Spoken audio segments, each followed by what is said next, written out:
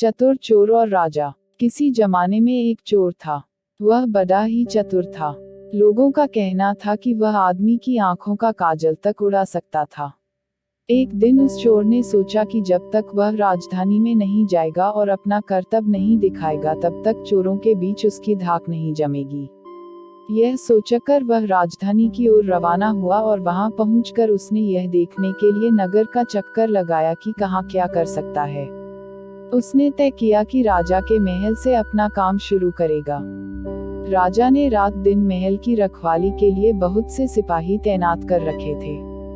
बिना पकड़े गए परिंदा भी महल में नहीं घुस सकता था। महल में एक बहुत बड़ी घड़ी लगी थी, जो दिन रात का समय बताने के लिए घंटे बजाती रहती थी।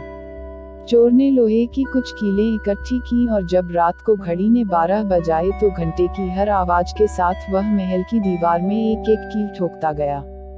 इस तरह बिना शोर किए उसने दीवार में 12 कीलें लगा दी। फिर उन्हें पकड़ पकड़ कर वह ऊपर चढ़ गया और महल में दाखिल हो गया। इसके बाद वह खजाने में गया और वहां से बहुत से हीरे चुरा लाया। अगले दिन जब चोरी का पता लगा तो मंत्रियों ने राजा को इसकी खबर दी। राजा बड़ा हैरान और नाराज हुआ। उसने मंत्रियों को आज्ञा दी कि शहर की सड़कों पर गश्त करने के लिए सिपाहियों की संख्या दूनी कर दी जाए और अगर रात के समय किसी को भी घूमते हुए पाया जाए तो उसे चोर समझकर गिरफ्तार कर लिया जाए। जिस समय दरबार में यह ऐलान हो रहा था, एक नागरिक के भेष में चोर मौजूद था। उसे सारी योजना की एक एक बात का पता चल गया। उसे फौरन यह भी मालूम हो गया कि कौन से 26 सिपाही शहर में गश्त के लिए चुने गए हैं। वह सफाई से घर गया और साधु का बाना धारण करके उन 26 सिपाहियों की बीवियों से जाकर मिला।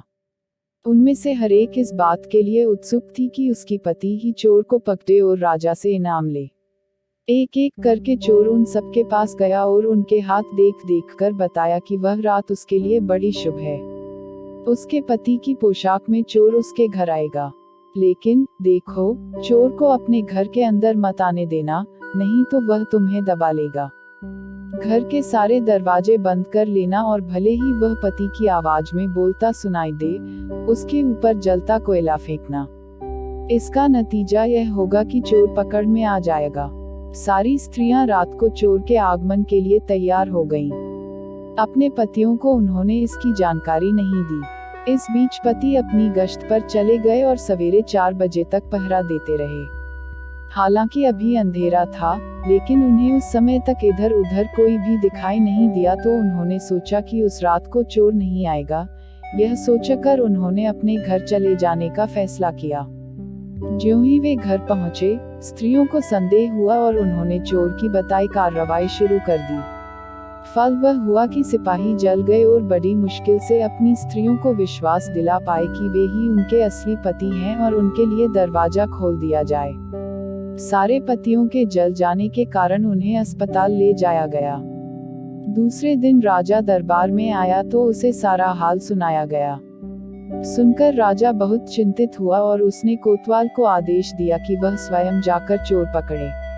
उस रात कोतवाल ने तैयार होकर शहर का पहरा देना शुरू किया। जब वह एक गली में जा रहा था, चोर ने जवाब दिया, मैं चोर हूँ। कोतवाल समझा कि लड़का उसके साथ मजाक कर रहा है। उसने कहा, मजाक छोड़ो और अगर तुम चोर हो तो मेरे साथ आओ, मैं तुम्हें काठ में डाल दूंगा।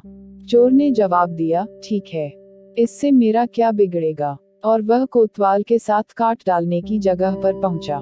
वहां जाकर चोर ने कहा, कोतवाल साहब, इस काठ को आप इस्तेमाल कैसे किया करते हैं, मेहरबानी करके मुझे समझा दीजिए।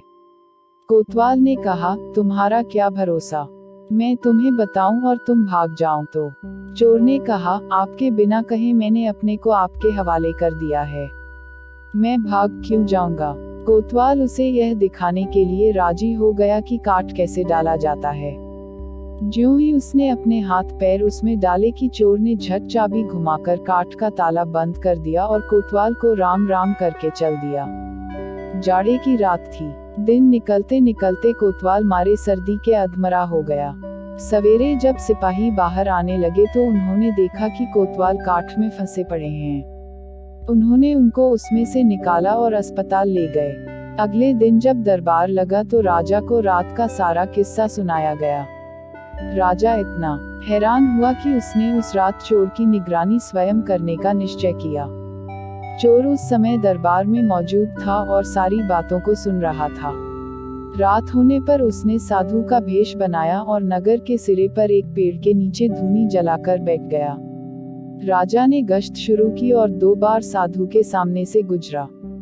तीसरी बार जब वह उधर आया तो उसने साधु से पूछा कि क्या इधर से किसी अजनबी आदमी को जाते उसने देखा है। साधु ने जवाब दिया कि वह तो अपने ध्यान में लगा था, अगर उसके पास से कोई निकला भी होगा तो उसे पता नहीं। यदि आप चाहें तो मेरे पास बैठ जाए और देखते रहिए कि कोई आता जाता है या नहीं। यह सुनकर राजा के दिमाग में एक बात आई और उसने फौरन तय किया कि साधु उसकी पोशाक पहनकर शहर का चक्कर लगाए और वह साधु के कपड़े पहनकर वहां चोर की तलाश में बैठे। आपस में काफी बहस मुबाहिसे और 2-3 बार इनकार करने के बाद आखिर चोर राजा की बात मानने को राजी हो गया और उन्होंने आपस में कपड़े बदल लिए। चोर तत्काल राजा के घोड़े पर सवार होकर महल में पहुंचा और राजा के सोने के कमरे में जाकर आराम से सो गया। बेचारा राजा साधु बना चोर को पकड़ने के लिए इंतजार करता रहा। सवेरे के कोई 4 बजने आए। राजा ने देखा कि न तो साधु लौटा और न कोई आदमी या चोर उस रास्ते से गुजरा, तो उसने महल में लौट जाने का निश्चय किया।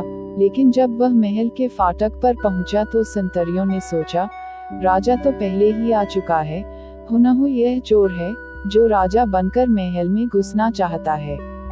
उन्होंने राजा को पकड़ लिया और काल कोठरी में डाल दिया।